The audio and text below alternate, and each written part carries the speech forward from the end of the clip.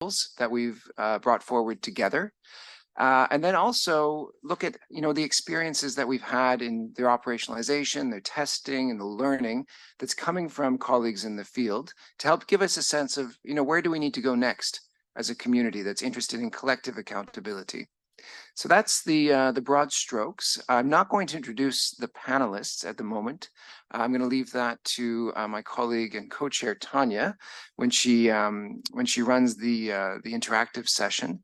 But just to say, we do have a very strong set of panelists, and I mean, it seems a bit weird not to introduce them, but to thank them anyways. But yes, it's just a timing thing. But what I'd like to do first is that reflection on what we've brought forward together, and to give you some visibility on how we want to present this to the OPAG, and the discussion that we would like to have with them on June 6th about the work of the task force, and also how we can move forward together as a community. So I'll start there. I think, yes, we have the first slide up. All right, so I think these are things that we all know. It's a bit of the genesis for why we're here together. Of course, AAP is critical and central to principled humanitarian action. We do have a revised and reaffirmed commitment from principles in 2022. So although this has been stated in the past, it's still very much front and center. And we know that it's a topic that has the interest and the commitment at the highest levels across many organizations, including OCHA and the ERC's flagship, which is its essential component of. So there's a political will around accountability and collective accountability at the moment. That's embedded structurally, of course, in the HCT, the terms of reference for HCTs and the compacts that HCs themselves have at the country level. So this is often a discussion that's brought up is, well, how do we make these principles, how do we translate them into the practice? And what's always said is, well, it needs to be in the terms of reference. It needs to be in the performance and accountability structures for the individuals involved, the leadership. And that's in place. So we are already in a good situation. But our challenge now, and as we've been working on for the past 2.5 years, is how do we help those in the field really operationalize this commitment that's been made at the political and level and within their own structures.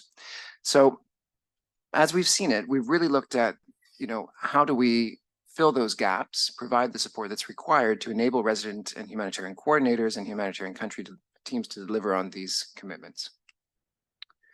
Right, sorry, I'm just going to blast through. I'm not great with the graphics. So here's a little bit of the history in terms of where we've come from. So we're standing on the shoulders of giants, as they say. A lot of the work was done before Task Force 2 came into being. Not that we're necessarily a different group of people. We've just been given a different title for this phase. But of course, we have the work that was in Results Group 2 in the previous IASC period. And there was really, that was in a period or a time when we looked at the identification of challenges and needs.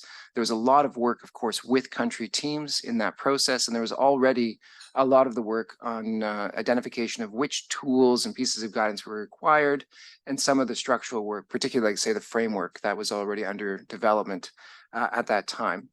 In between Results Group 2 and the current task force, we had a small period of reflection, and WFP and IFRC together conducted a consultation across the community to identify those enablers, those outstanding gaps and enablers that needed to be taken forward.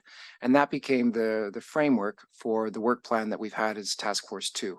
And this is all known well to you, I'm sure, but just to cast our eyes back on it again and remind ourselves.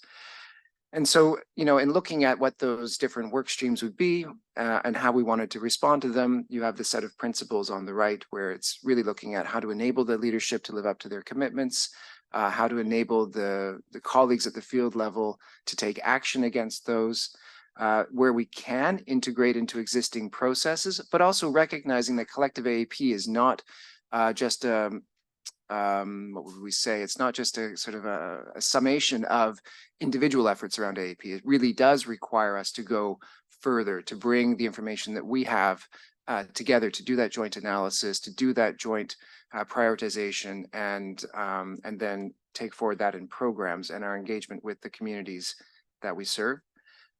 Ensure that there's flexibility in that approach. So while there are standards and there are frameworks, there's also recognition that this needs to be tailored to local context, and that needs to be done with local actors. So it's not a bottom up, it's not a top down, bottom up, Freudian slip there. And I alluded to this, but it's also about bringing together some of these key agendas because they are mutually reinforcing. And if we approach them in the right way, we can advance these priorities in the right way. And so AAP inclusion, localization, of course, PSEA. So I'm going to kind of blast through this because this is just a reframe of like, what is Collective AAP? I think we should all know that by now in the task force, just looking around. Yeah, we feel confident. But yeah, so it's looking at the response as a whole. And as I was saying before, it's not just a summation of the individual efforts, but really looking at what we can do better collectively by bringing forward the information we have, but also creating new structures to analyze that and then take decisions against that. And really, it's looking at it at a systems level. So it's not by individual organization, it's not by sector, it's looking across those to truly understand what people's expressed requirements, desires, wants are, and how we can better meet those as a system. So all sorts of benefits that can come out of that. One second. I want to make sure I'm not missing anything from the notes that have been very carefully provided and made sure that we've highlighted all the important elements. So yeah, no, just in that idea of it's a collective response. So it's also including locations and communities that are not necessarily directly receiving assistance, but are impacted by the crises that we face. And then as it says up there on the slides, recognizing people's needs and concerns are not linked to one organization. Broader issues need to be addressed collectively, et cetera, et cetera. So I think it's quite clear. And then the advantage of that, of course, is that should enable us, if we do it well and we do it consistently, to improve the quality of the collective response, also the effectiveness and frankly, the efficiency. So money invested upfront in hearing from affected populations and agreeing collectively on how we're going to best address those needs should save over duplication. And not only just in our own accountability structures like CFMs. If you were part of the launch yesterday of the training package, you would have heard that in Cox's Bazar in Bangladesh, there's 150 CFMs that are running. I don't know if they're all sort of simultaneous or they pop up here and there. Likewise, in Somalia, we heard 200. So this is a huge issue for our community to address. And it means we have to start upstream and we have to do it in a collective fashion. And then, of course, this should empower or enable greater acceptance amongst the people we're serving, which results in, hopefully better engagement, communication flow, security, access, et cetera. So lots of benefits, but also a lot of challenges to overcome to make that happen. So I'm going to just blast through them again so you can see the whole card deck. But essentially, we came forward from that analysis that was conducted at the end of results group 2 with a number of key areas in which to make investments and work together. And we often talk in terms of tools or processes or discrete deliverables. And we thought it would be useful to really bring all of these together to show how what we've done in the task force is to provide a package of support that runs all the way from project planning through development, implementation, monitoring, learning, and support to enable this vision we have of collective accountability to be taken forward at the field level. And the tools, of course, are all critical in that, but it's how the tools come together and how we, support the implementation that really matters. So we have, of course, as I mentioned before, this question about what is expected of us. We have the tool, which is the Collective AAP framework, which was endorsed by OPAG in 2023, just before Christmas. So that's out, that's available, that helps country teams come together, set the vision. We have to understand, are we making progress, right? We need to be able to set baselines. We need to be able to actually generate evidence that shows that that the actions are being taken, and B, that they're having an impact. So that's, we've addressed that through the development of the results tracker. to build that evidence-based approach. Of course, this all requires coordination. It requires structures to be put in place at the country level. As I mentioned, while we have standards and support for that, there also needs to be flexibility. And that's been the work that the team has done to put together a standards set of operating procedures for coordination. And that helps the country teams decide on how they're going to do that and put that into action. And then turning that commitment into action, we have the operational guidance and Collective AAP framework for the Collective AAP framework, which has come together and will sort of continue to be tested with country teams over the next year and refined. So it's a bit of a living document, but it's meant to complement the Collective AAP framework. And we also have the operational guiding principles and standards for collective approaches to community feedback. I need to look at that and actually read that title. It's rather long, but these are essentially the normative standards and the data standards for CFMs to ensure that organizations are using the same nomenclature. So when we're speaking with people who are giving us feedback, we're understanding it in the same way so that we can share that and we can act collectively on that. I know some organizations are already starting to integrate those standards into their own work, and WFP is one of those. And then, of course, we need to look at what is the learning, the awareness, the training, the support that's required. So yesterday we had the launch of the training for leaders on Collective AAP. So the pilot is out as of, I think, 3 a.m. yesterday. And everybody's encouraged to go and try it, leave your comments, but also circulate it within your organizations and push it up so that leaders are also engaging in this, because it's only through that are we going to be able to really ensure that it really meets their needs. And that will then be finalized in July. And then, of course, we have the existing IASC Accountability Inclusion Resource Portal and Help Desk, which was established earlier and remains a resource for everybody.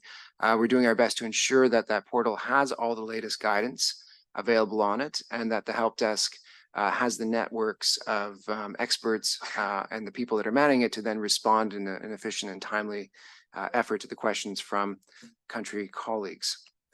So I wanted to go through just briefly and give everybody a bit of recognition for the work that's been done. So on the Collective AAP framework, this was, of course, led by OCHA. It is a guide, essentially, to RCs, HCs on what needs to be done in collective accountability. It includes the 6 outcome and action areas that are shown on the screen.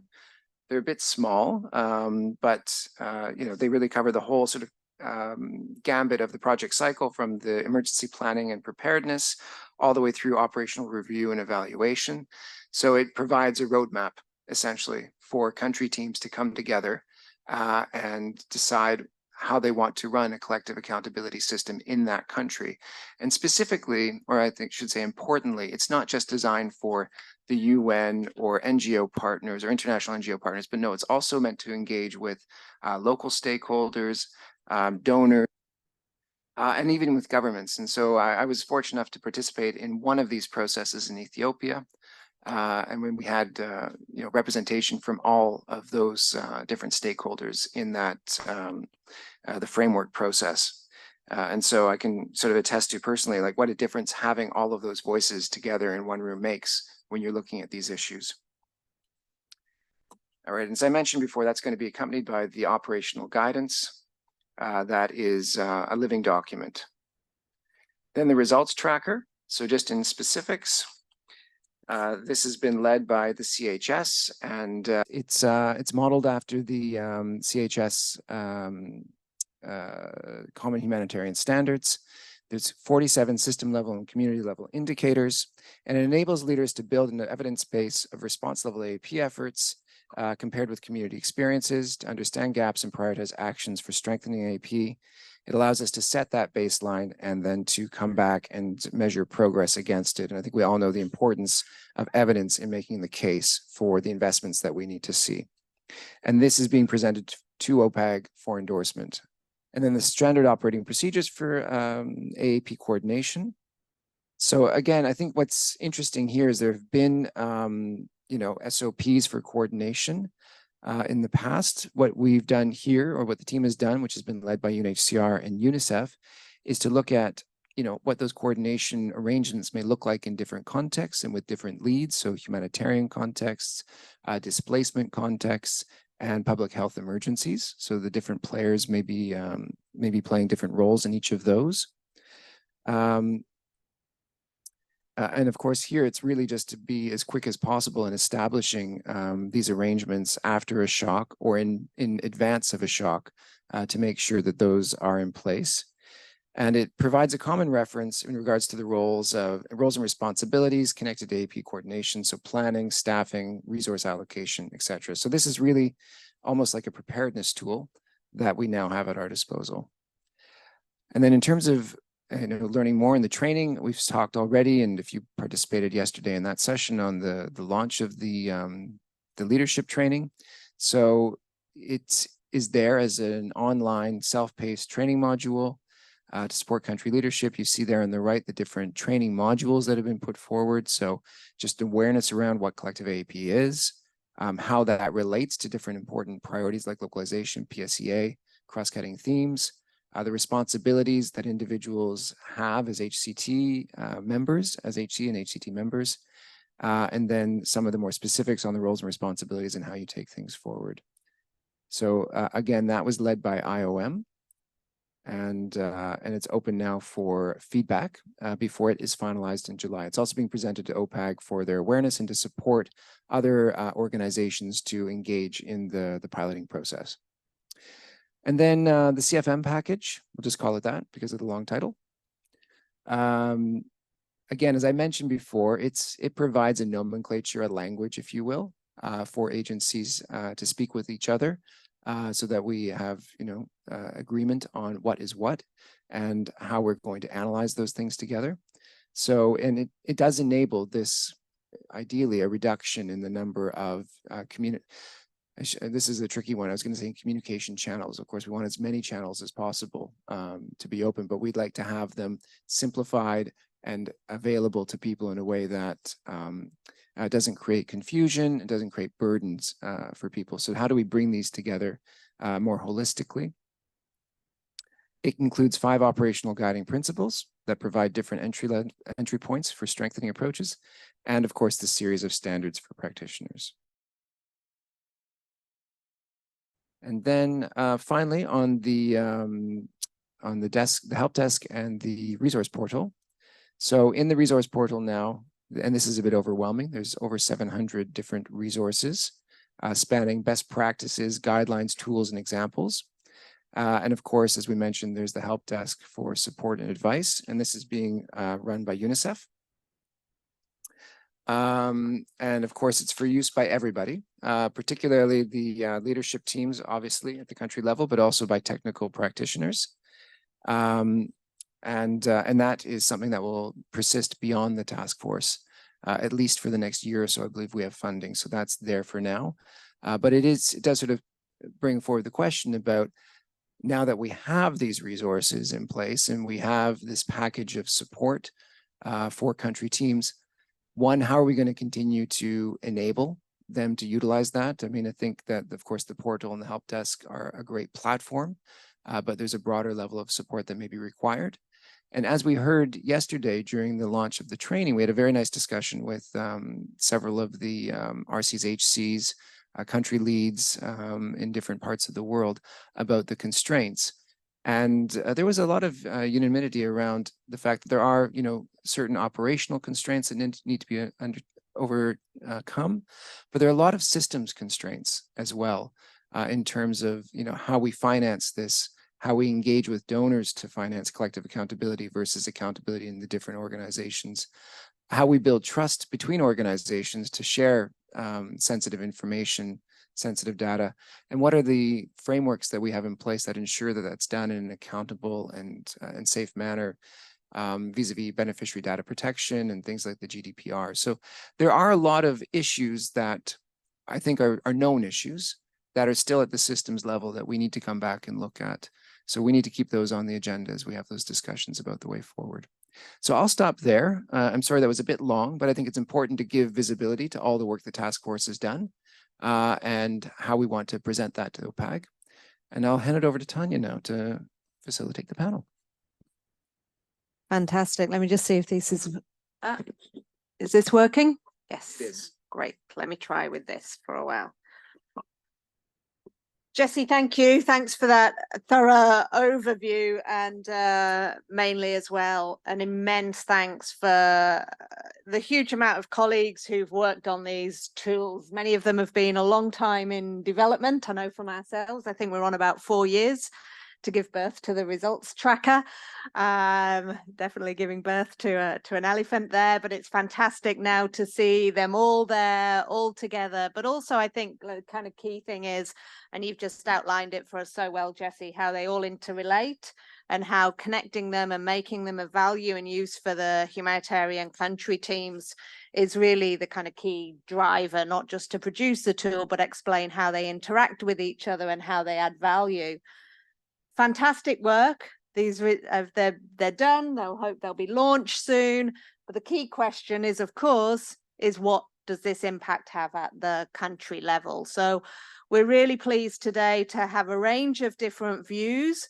We're going to hear from 3 AAP specialists who are supporting their leadership and implementing many of these aspects of the work. So we're going to hear from them.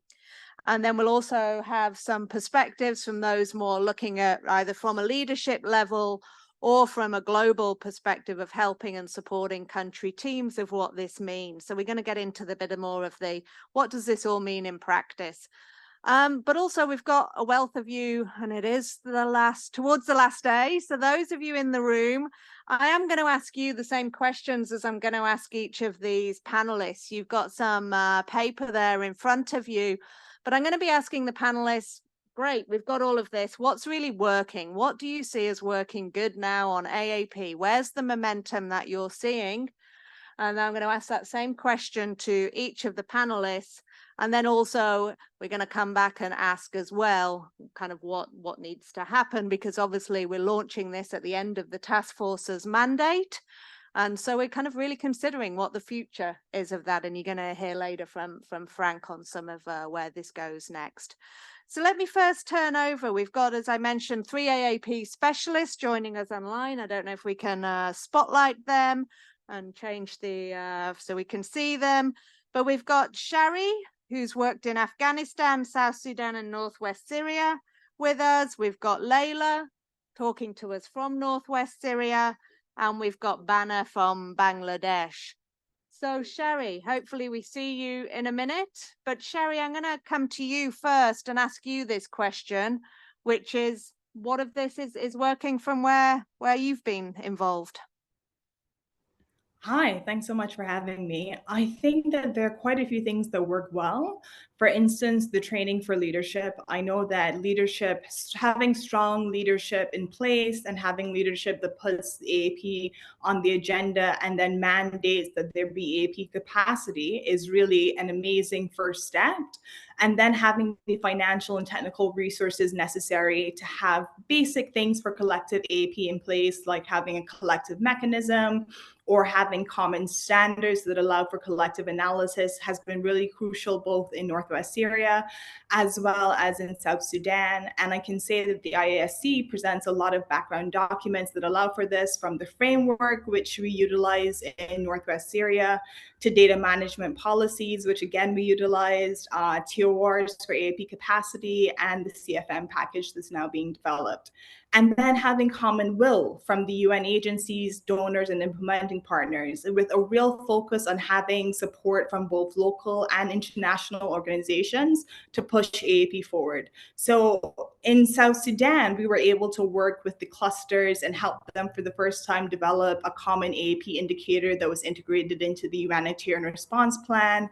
In Northwest Syria, we really had the leadership making the push and coming together to analyze what they wanted to have happen in that context. And it was a very different context across the time that I worked there, because it went from being a remote management context to being one where we could actually enter the country, speak to people directly, get that information back to humanitarian decision makers. And all along the way, the framework was really the basis that we use for our action plan for change. And then finally in Afghanistan, where we have a very fragile health system, I'm now working with the health cluster. And again, having these common platforms like a WAS, an interagency collective mechanism, the AAP working groups that would have had its tier wars from the IASC, as well as the community voices platform that they developed to get the voices of all of the people across a range of clusters out, has been incredibly valuable. So that's my take on what works well. Excellent. Thank you, Shari. Great to see how it has worked in action, and particularly this role of leadership, which I think will come through from the others.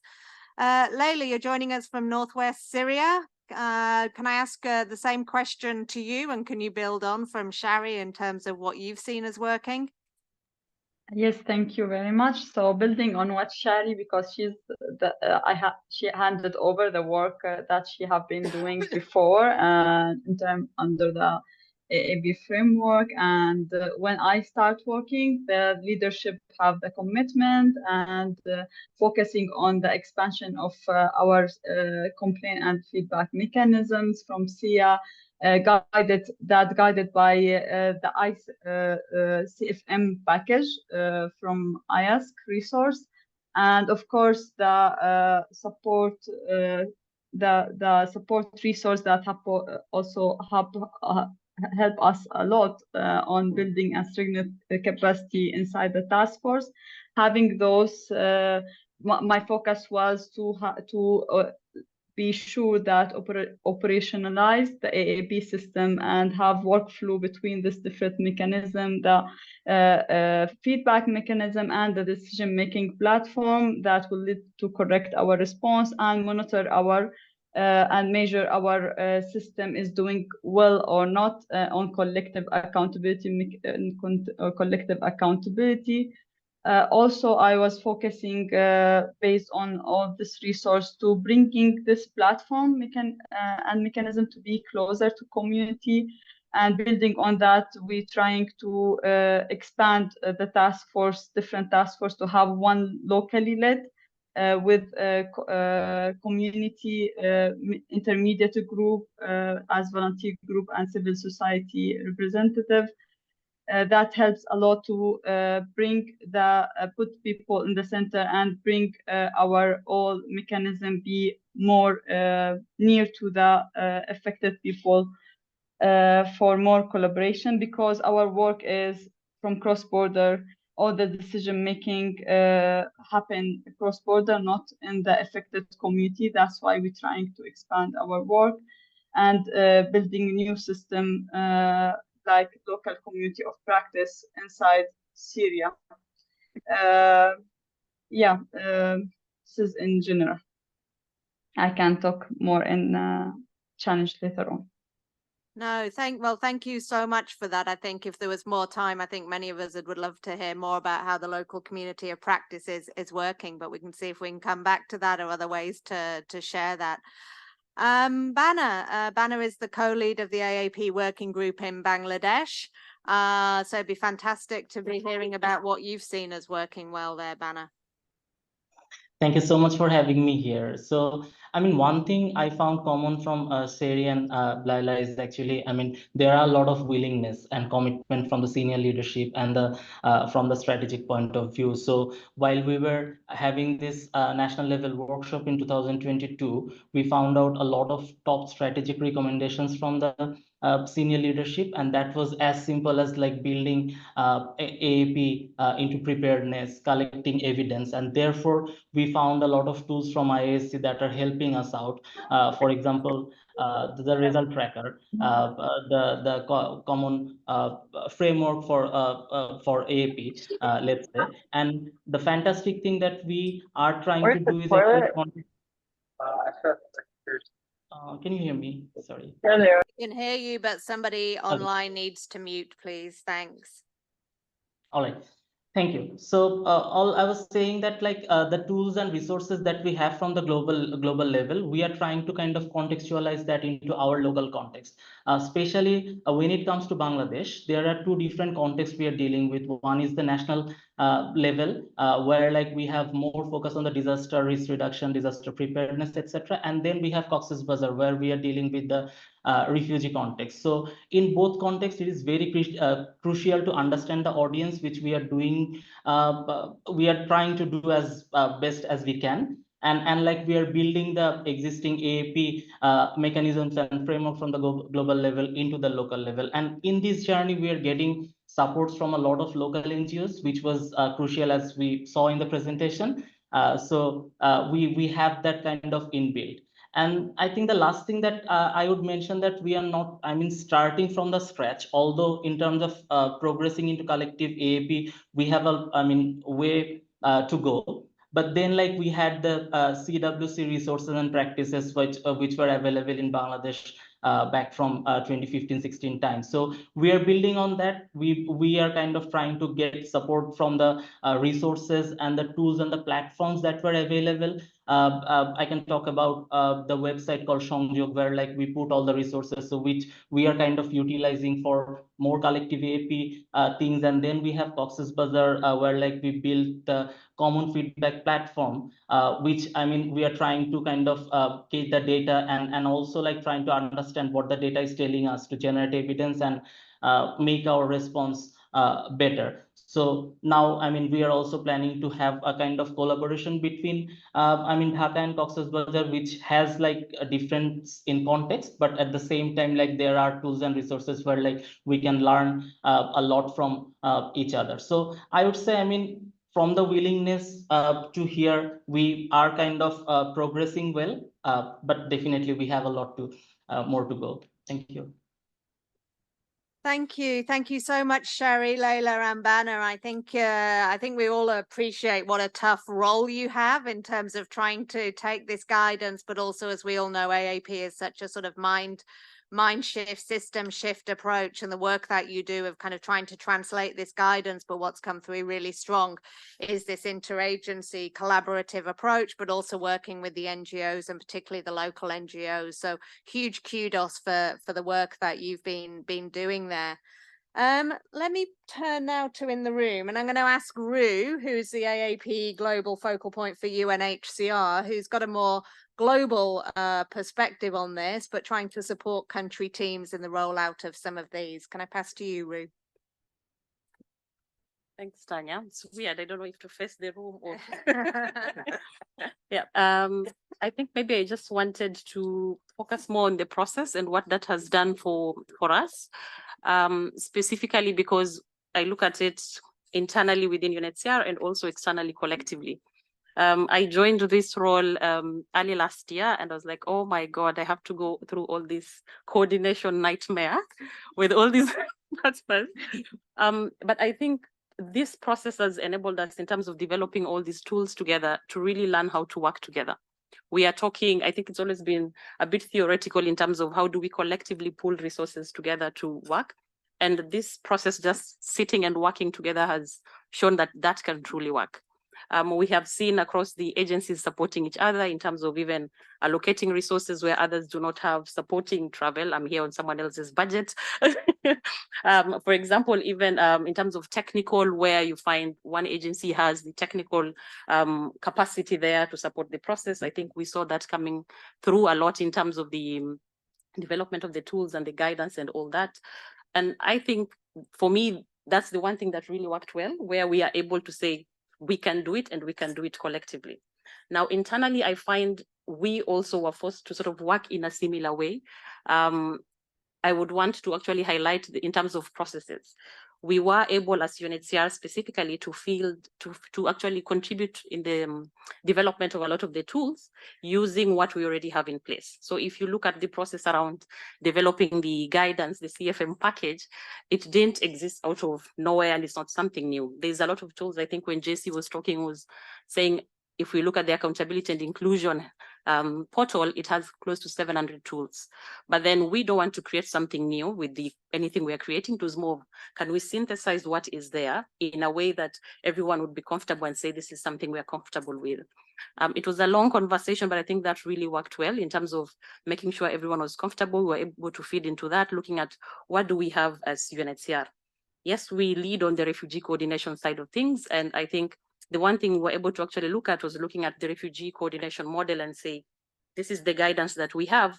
how do we make sure we are not creating something that is completely different and that it's only understandable to us as AAP practitioners, but all the others can actually say, anyone working on interagency coordination, on the sectoral coordination can say, this is in line with the refugee coordination model specifically. So that's in terms of feeding into the process. The others is also in terms of challenging us, because I think we need to agree that we don't need any more guidance and tools, but it was more around challenging us to specifically say, we have something that works for the majority, or I hope it does, yeah.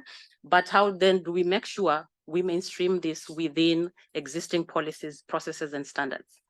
So specifically, I would want to say, for example, the SOP on coordination, we sort of reflected between the refugee coordination model guidance and then feeding it back and forth.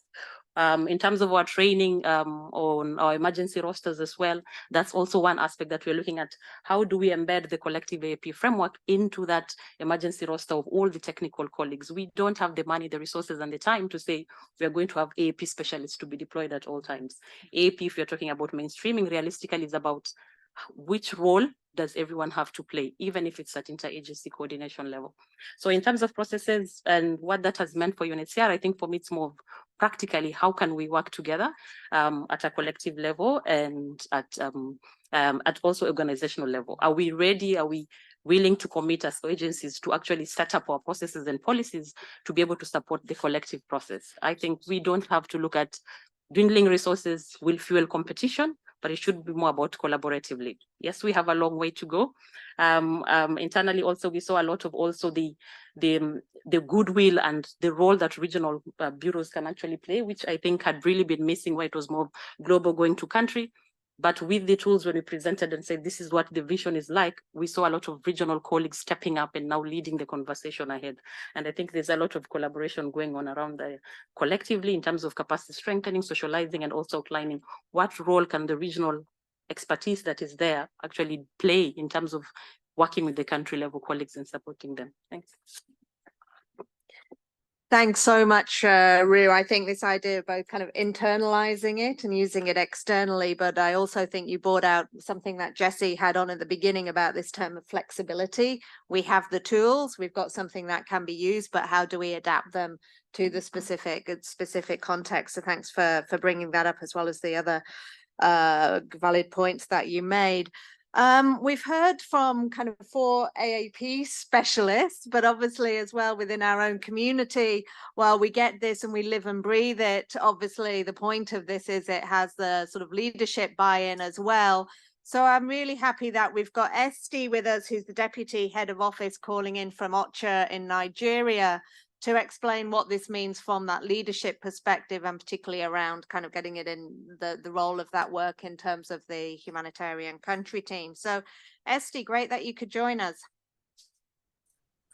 Oh, sorry, excuse my voice. Hi, can you hear me? We can hear you well. Great, thanks. Hi, Tanya. I just wanted to say, as part of the HCT, and I understand you had some conversations earlier this week or perhaps yesterday on leadership buy-in, and Layla and Shari, I think, mentioned it also. It is really important, but I guess another issue is the interpretation of what AAP is what accountability to affected people is, and sometimes there's different interpretation of what that is. And in Nigeria, in our operations, we made a video about what that is, and it really is about the mindset. It really is about understanding. It's about the listening, right? And it's about the course correction. And what we have there is a community engagement and accountability and localization working group as one. And it's led by OCHA, and I just have to say with Clear Global, and also it's we have Redar Australia who is supporting us, and it's also NORCAP, and it's also GenCap. So it's really a lot of people putting a lot of effort in there, with IMAP also on the Collective Accountability Information Management System, the CAIMS. So it's not just the UN agencies also, because we have to do a lot of convincing to the UN agencies actually. And it's working together with the local partners, because without the local partners, it also doesn't work. So our CL working group, the Community Engagement and Accountability and Localization Working Group, is co-led by local partners. And so it can only work that way. And even though it's a little slower, but we want to try and push it faster, right? It's faster when we want to do it with the HRP processes, but when we want to have the buy-in from the local communities, it has to be just that little bit more tender, just that little bit more TLC, because they have to buy into it. And that way we have the disability inclusion, that way we have the women-led organizations, and it really works that way. Our AAP coordinator, Aster, who again was from Red Hour Australia, she worked really, really closely with them. And the local groups have a disability inclusion working group now, and that's actually a local group, which is backed by the government also. So those kinds of things work really well. And again, the Collective Accountability Information Management System, CAIMS, which again, as I mentioned, is backed by IMAP. Now, this is where we need the push from the HCT. This is where we actually need to convince the HCT, and we made that video, and I hope that we'll be able to share it with others about what it is, about being able to listen to people, being able to convince our programming, our course correction when we do the HRP, our funding, our pooled funds, and when we do the projects, and the strategizing and the prioritization, and that's what we do with the pooled funds. Actually, we do a lot of training with the AAP working group on training our sectors, and with the CAIMS. Unfortunately, you need the data to go into the CAIMS for it to be able to give you the proper information, the dashboard. If we don't get that right information, then the dashboard also will not be able to get the right participation. So that's the kind of buy-in that we need, and a lot of the convincing that we have to continue communicate with the HCT and the HC. The good thing is the HC is very much involved with AAP and with the pooled funds, and that's the way that we can speak with the local groups, with the women-led organizations, with the NGO networks. They have one-on-one conversations and big groups about AAP and collective mechanisms. But the response, again, it's up to us, right, on how we then respond quickly on that. So I'll stop there, and perhaps there's more to dig on that one. Thanks, Tanya. Esty, it's excellent, thank you. And I think this issue around this mindset and buy-in is something that's coming through really strong, but also thanks for raising the point about pooled funds and the donor sort of influence that the pooled funds can have. We've heard a lot from our UN colleagues, but the NGO community have been quite at the forefront of a lot of AAP initiatives. So I'm really glad we've got Allan Calma here, who's the Humanitarian Director of Lutheran World Federation, but also plug that he's a board member of the CHS Alliance as well. Allan, how does it look from where you sit? Great plug. Yes, I'm a member of the CHS Alliance board as well. Hello, everyone. Good to have you here. Thank you for joining us, even if it's a public holiday here in Geneva. Now, I think a lot of what has been said, and I think considering as well that, we're on day 4 of HNPW, we've had like almost 50 sessions on AAP localization. Like it's just an amazing sort of like update. And to me, like a lot of what has been said in terms of buy-in from leadership, I think that's the same like message that NGOs are also saying. Unless there's political will, sometimes, and I think Jesse mentioned it yesterday, we do have the funds for AAP. I think sometimes it's that political will to change the organization culture which is missing. And unless that starts from the top, then you'll never see a more institutional change. You'll have changes because this particular staff you have on the front line is really good at AAP, and he or she would carry that flag. But when he or she leaves the organization, then that also leaves. So unless there's institutional change, then it won't be continued. Some of the changes that we've seen at the country level, in particular, like I think somebody mentioned working groups.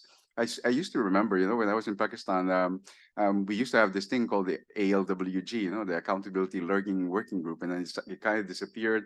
And I'm really happy because now I'm hearing the AAP Community Engagement Working Group that's been happening in several of the different countries.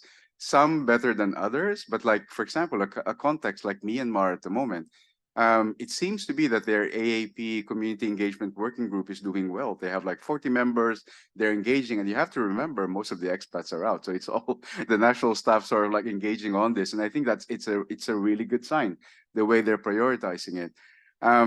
For us as well, because as for those of you who haven't heard, LWF, we started conducting, we've asked all our country programs to use the CHS as our accountability framework and sort of conduct a self-assessment in all the country programs, not just the ones that we're going to put forward for certification, it's all the country programs. And I think that has generated this discussion because anyone who says we don't have a common accountability framework as a sector, hello, we have the CHS. Like, we've worked so hard to get to this point. We agreed on 9 commitments that binds us all. I sound like the Lord of the Rings, but but it is the standard. I could be one of the hobbits, but it is that sort of thing that we keep on forgetting. I think sometimes we sort of like make this big terms and sort of like get what's the word, like so impressed by the big word that we forget that it could be as simple as what we already have. It's not something that that we haven't developed yet. So why not use the CHS more as your common accountability framework at the country level?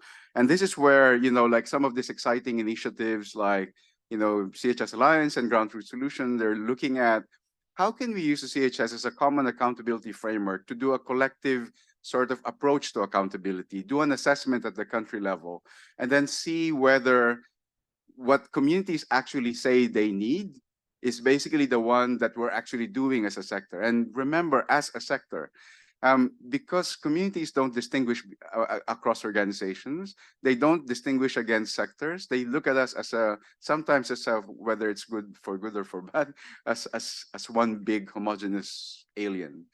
So so for us to sort of like use that, I think would be a good move. The fact that a lot of our country programs are asking for assistance on AAP, on how we can approach this, on tools, on budgets, I think it's a good sign. That there is that awareness of that particular topic and that we need to move forward.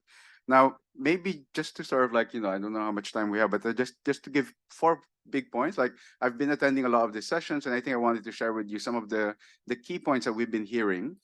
So yesterday we launched a training package on tools, and one of the things that was raised is, and especially since we have 700 tools in the package, not just the synthesis grew, but also this whole discussion of it cannot just be about the tools.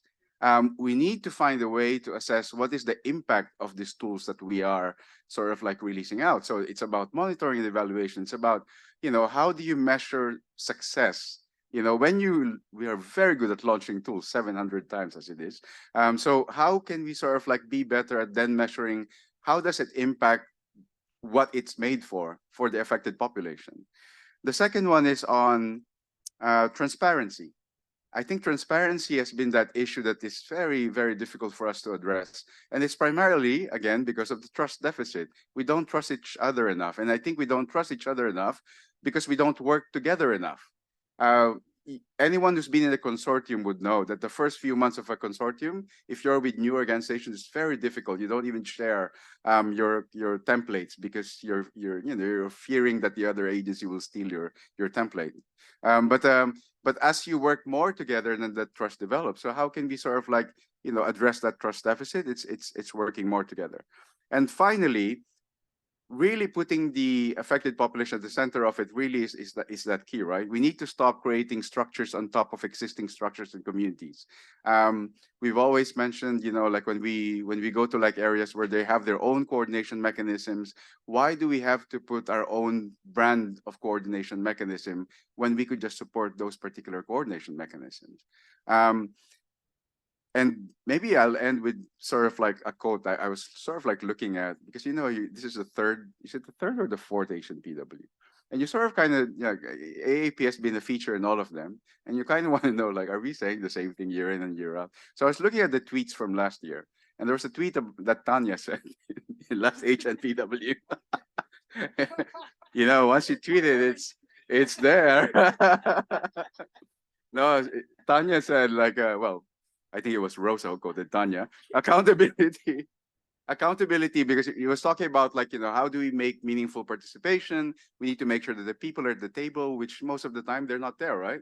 So Tanya was saying, like, accountability is about moving aside to let those people sit at the table, or even dismantling the table. Like a very, very strong call from Tanya there. My call is actually, maybe there's no need to dismantle the table, but we need to shift our thinking.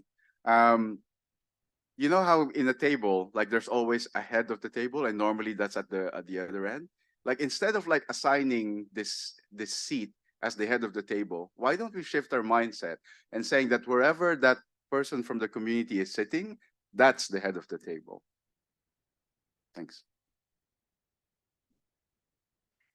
Excellent. Thank you so much, Alan. I won't even try and do any summary of your salient points there, but I think as we've heard from each of these panelists, and I'm going to go back to them, but I think, you know, the sort of key message we've heard is, I think we've got the buy-in, we've got the buy-in to the AAP. We've seen it, we've got the political will from the top, we've got the momentum around it, we've got momentum in these working groups to different degrees, but that it's there. We've got the tools at the end of the task force. We've got these tools. There's other tools available out there. And it's a question mark, I think, that the task force has started the conversation on with the donors, is whether the funding sort of follows that through. But we've got some evidence around that. So with that, I think I would just also please encourage those of you online or those of you in the room, there may be elements that we haven't heard of that we won't have time to cover it, but please do jot down if there's other things, because this idea of we're not very good at looking at progress. So we really want to start building that we have made progress. So please encourage those of you online and those of you in the room to jot down from your perspective what you do think is working well. This is really important as we come to the end of the task force, because it helps us also bring to the OPAG where we think we are at this juncture. So do please don't use your own views and ideas, and we'll be able to capture them to report back to OPAG. But just before we sort of go, the other important aspect of this, of course, is the task force is coming to an end, and we need to start being creative of what does need to happen next. So with that caveat, and I think, Alan, you've already sort of taken us on there and given us some starting points with your call to kind of rethink the table. I'd like to go back to each of the panelists and ask for their sort of one piece that they really feel that in our kind of consideration of moving ahead, they would want to see really now prioritized for any future task force or future collaboration around interagency. Maybe I'll take it a different way. Maybe Esty, I could go to you first for where you see things from your perspective. Great, thanks. Yep, I hope you can hear me. So yeah, just going to what Alan was just saying, I think they're already at the table, right? They're leading. I mean, where we are in Nigeria, they're co-leading the local participants.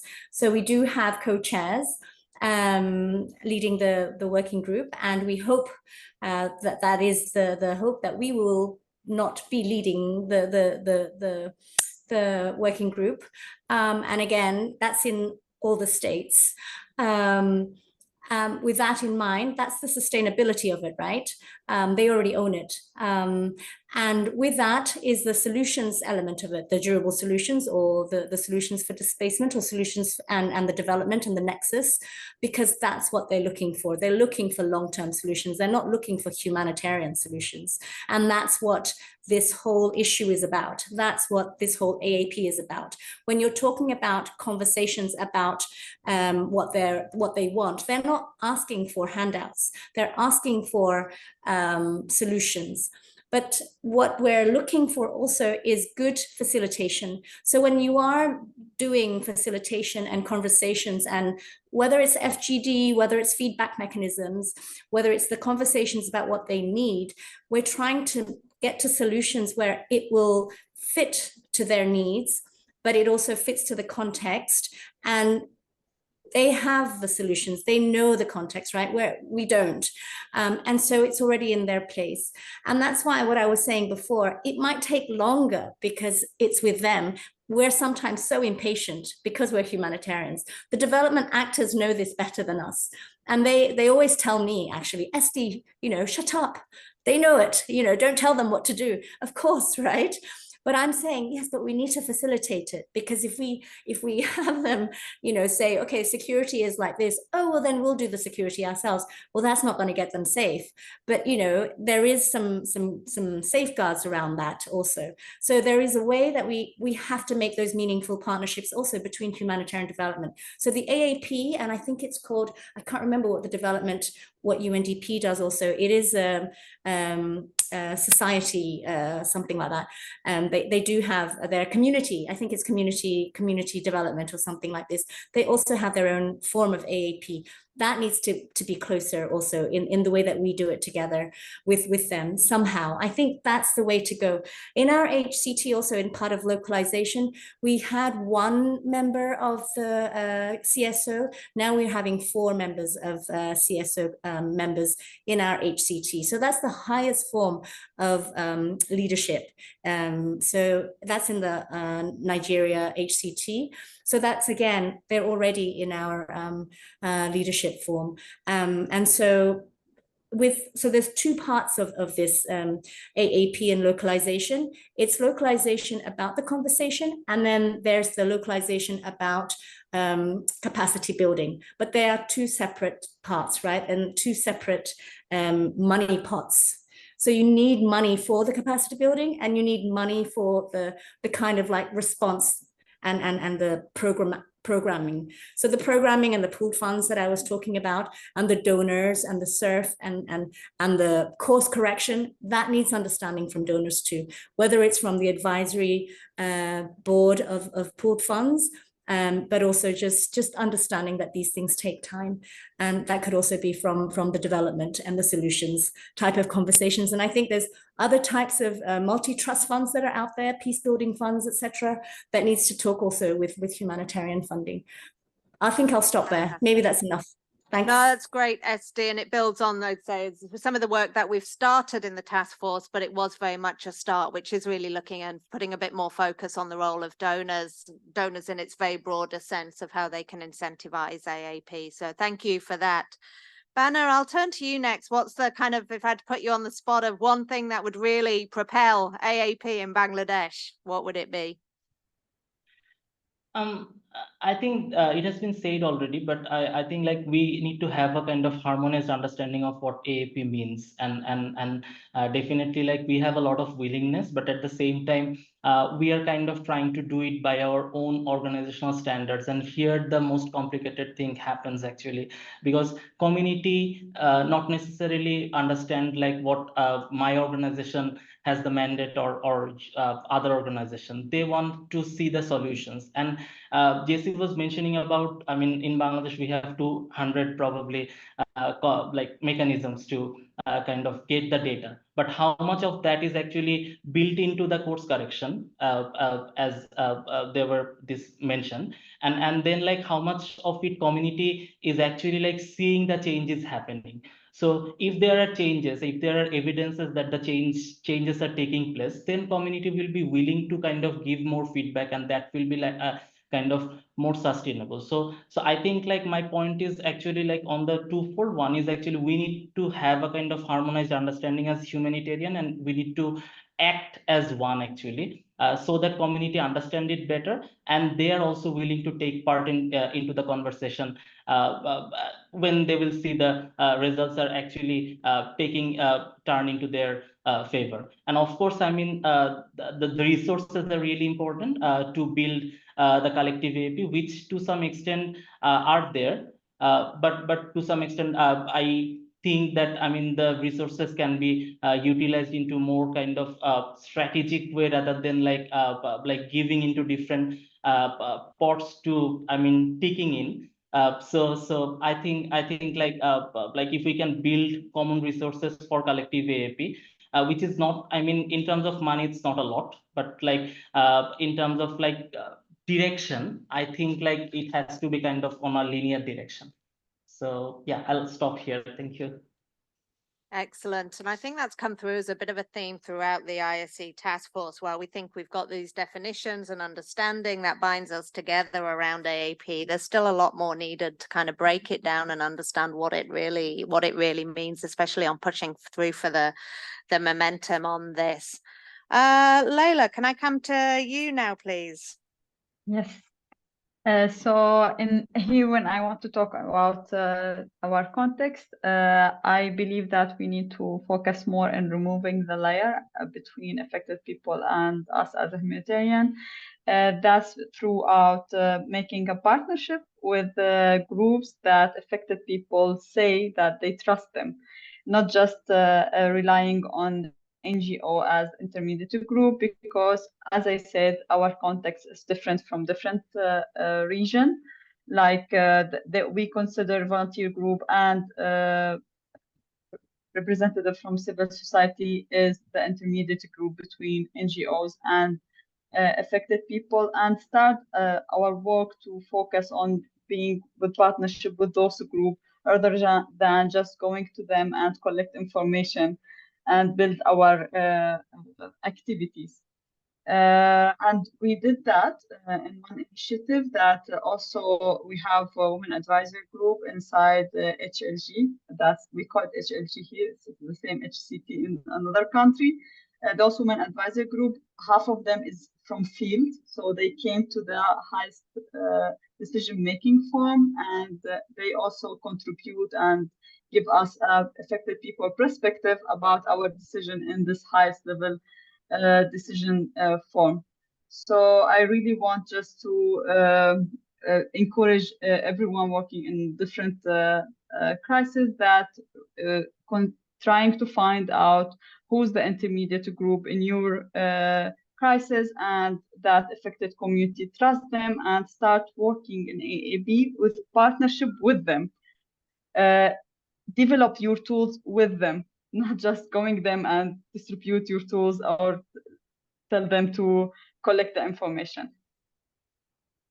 Yeah, Layla, thank you so much. I think, again, just drawing on one of the themes that also we had running through the task force, where I'm speak for myself, but I don't think we made as much progress as we would have liked, would have been this issue about, again, going back maybe to a bit to your point, but also Allan's point, kind of who's at the table, what role do they play at the table? And I think there's still a lot of work to be done there in that area. So, and we know that there's been some great work and leadership shown in Northwest Syria on this that we could learn from, and maybe I think that is something we have to capture that still needs a lot more work and attention as well, and actually maybe something we could pick up with.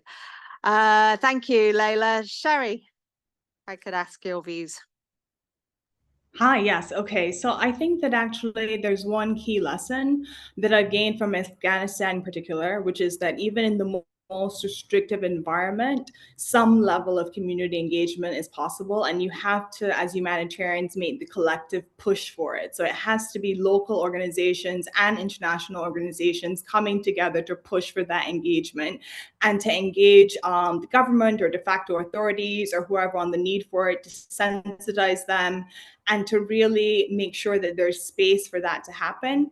I also think that you always need in every context a person on the ground who's well positioned, who's knowledgeable, who's committed, and who's the focal point for driving AAP forward.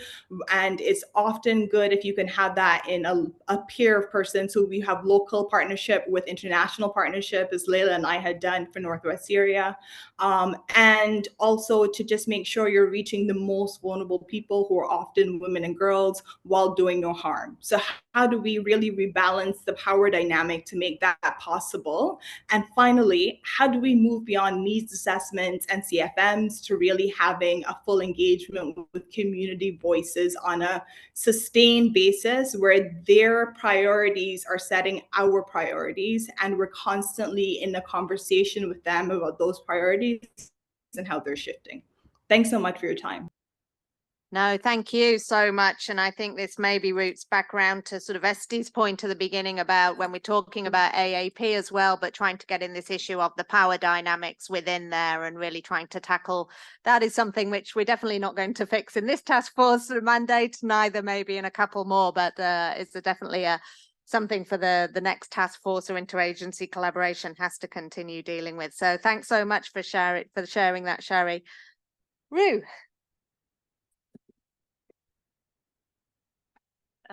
Yeah, I think for me, I always go by information is power. And when I look at what has been developed, I wouldn't want for all this work to just go wasted. I think you said 4 years, for those who will, for the 4 years to go wasted. And I always try to empathize in terms of looking at myself as I could be that affected community we are referring to. At any time I could be displaced, at any time I could be affected by an earthquake or anything, any sort of crisis. Now, with the knowledge that I have, I would feel really empowered to actually hold everyone to account, whether it is the government, whether it is the humanitarian actors, whether it is my neighbor next door who is part of that community response. And I look at this package and I'm just wondering, how do we get to socialize this package? And I'm looking at 3 groups here. One, definitely the donor community, in terms of donor coordination, the capacity of those at the donor level, because realistically we say everything should be community driven, but our actions speak that it's still being donor driven, in all honesty. And even in terms of monitoring, when donors are monitoring those projects, do they understand what they'll be looking at if they come to a response and they're actually monitoring? So that's the first group. The second group is definitely frontline staff, and I don't mean AAP technical staff at country level. I mean technical sectors. If I'm doing WASH programming, if I'm doing health programming, if I'm doing coordination with any other actors at the field level, do I understand what Collective AAP framework is? And to do that, is it in a format that I can, and language that I can understand? We admit it's now in English. Maybe we will try and have it translated in UN languages, but then who is the person that is actually able? I will be very comfortable to go to Tanzania and teach people the Collective AAP framework, all this tool, whether it is a CHS standard in Swahili. I would be very comfortable to do that. Do we have that same capacity at the field level? And what does that mean for a sectoral response and even at a country level response? What does it mean? Because you can only make or improve on the quality of a program if you truly understand what that means for anything you do, whether you want to do an information campaign or whether you want to do a technical response. And then the last group is the community. Do they understand what we are trying to do collectively? Do they realize that it doesn't matter if you have 200 feedback and response channels, but that all this, whatever channel you use, be sure everyone will get to know this information and they would get to come back to you.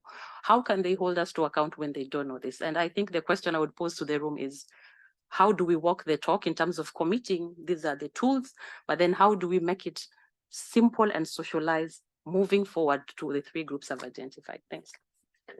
Fantastic. And I think there's something there for us about how do we kind of broaden out from our AAP community and get to those other workers, definitely for us all to think about for the next HNPW, I think. But Ru, maybe just before I wrap up on there, I just want to say a big, huge thank you personally to you from the task force chairs, because you've been an extremely active member of the task force, leading on many of the work streams, but very, very active in moving forward. So just a personal thank you. Allan, you've got to give us the final tweet, the soundbite that we can tweet out so we can come back to it in a year's time.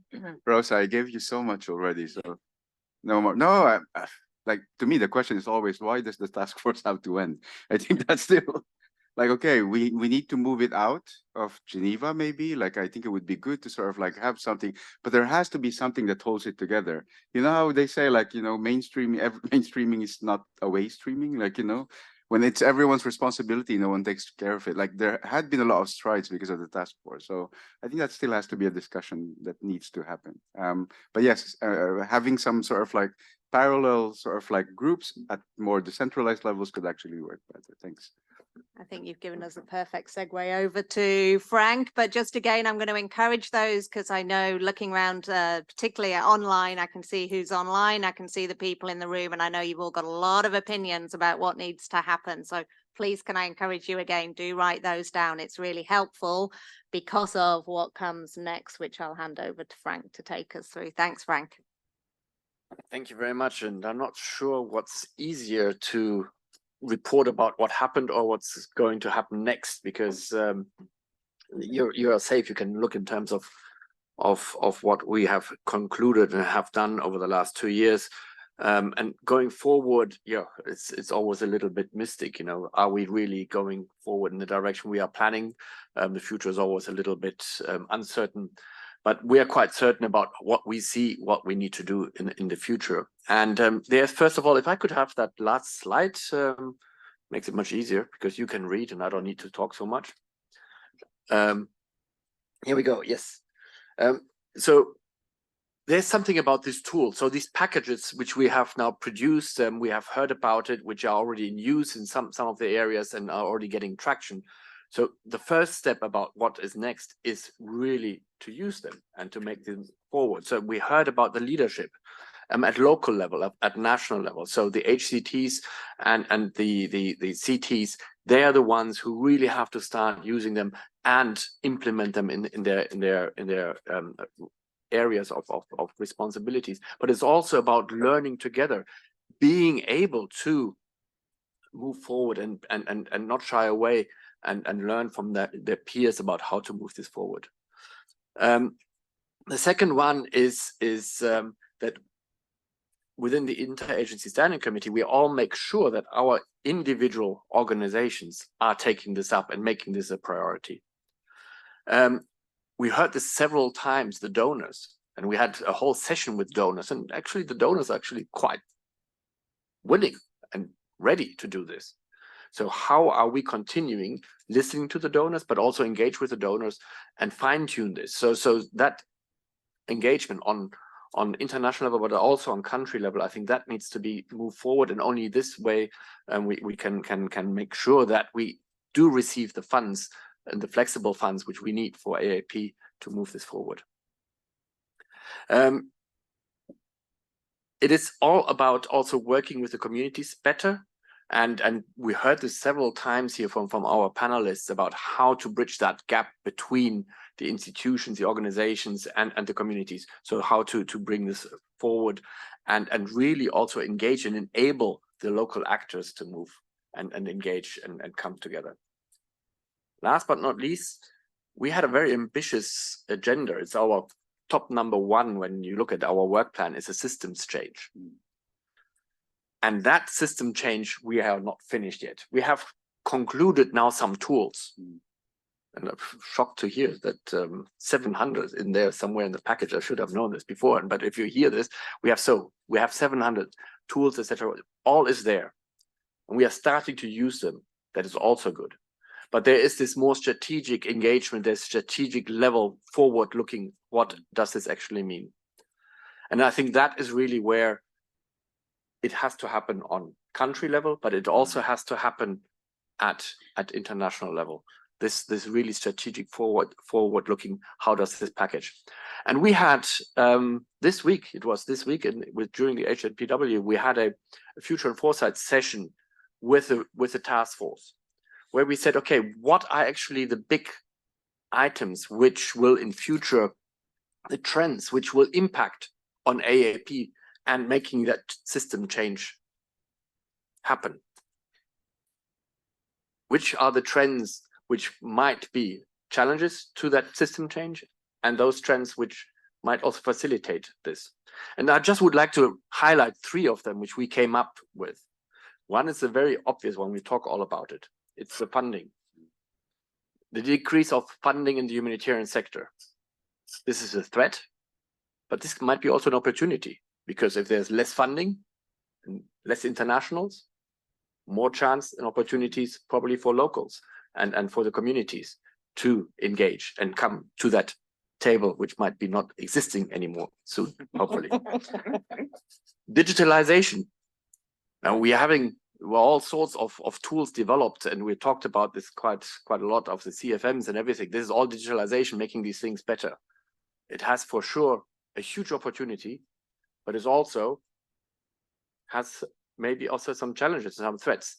Artificial intelligence, how are we using artificial intelligence in future on AAP? Is this just great, or is there also some problems where we need to look into it? So we need to grapple with this one. There's also something, we had talked about lots of these tools about, we are better to be engaging with the communities. But we heard also, it's not only about listening to the communities, there's an expectation also to follow up on this.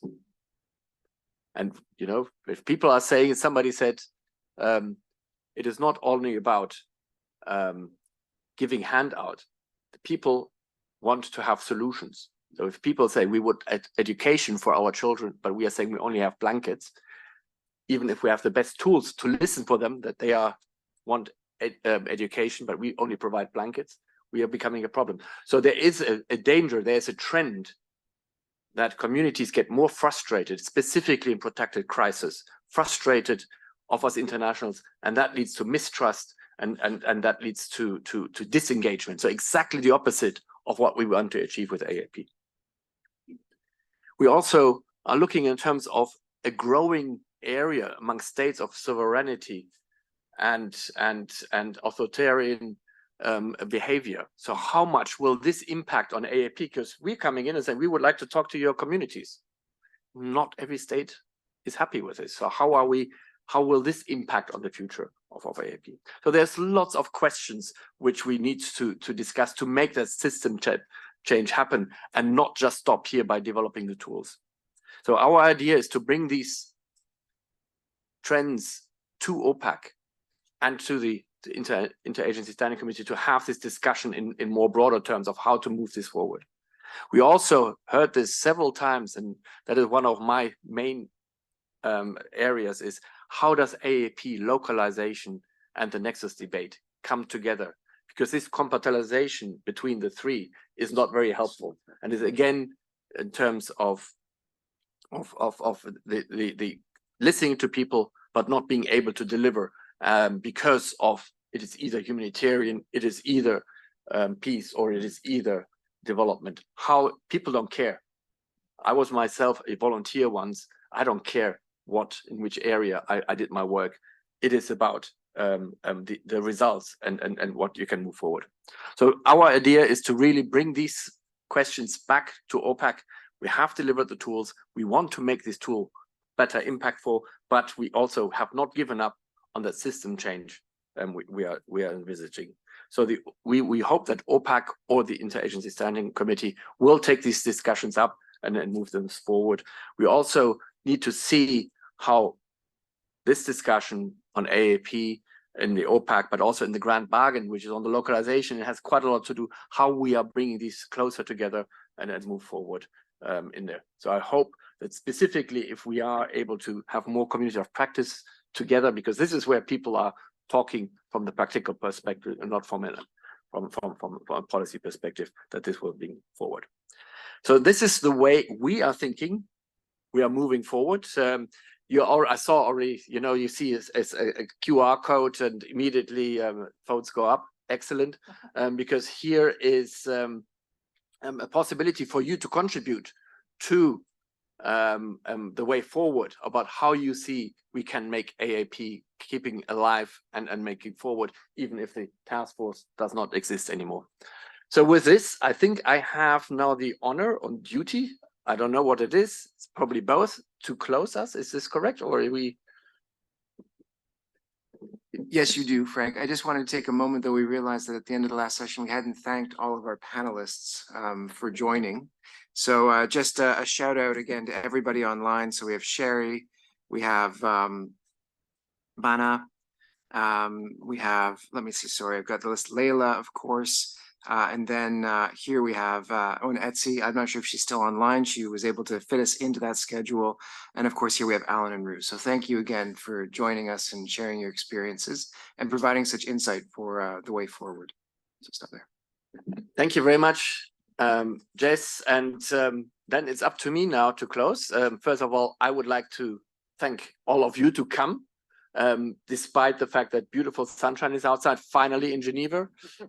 Secondly, that this is a day off, at least for those living in Geneva, that you came here and to listen to us. And I hope you had something to take away for you and bring it back to your organizations, so that we can make AAP really a stronger and sustainable tool. Thank you to the panelists. A big thank you to my co-chairs. I don't want to sound dramatic, but it looks like we are coming to an end. It was a great time with you. And I would like to take this opportunity also to make one public thank, and that is to Ben Noble, who had that task of keeping us together, bringing us forward, coordinating us, and I think it was not an easy task. So you probably had a very good AAP approach with us already. So thank you very much, Ben, for doing this.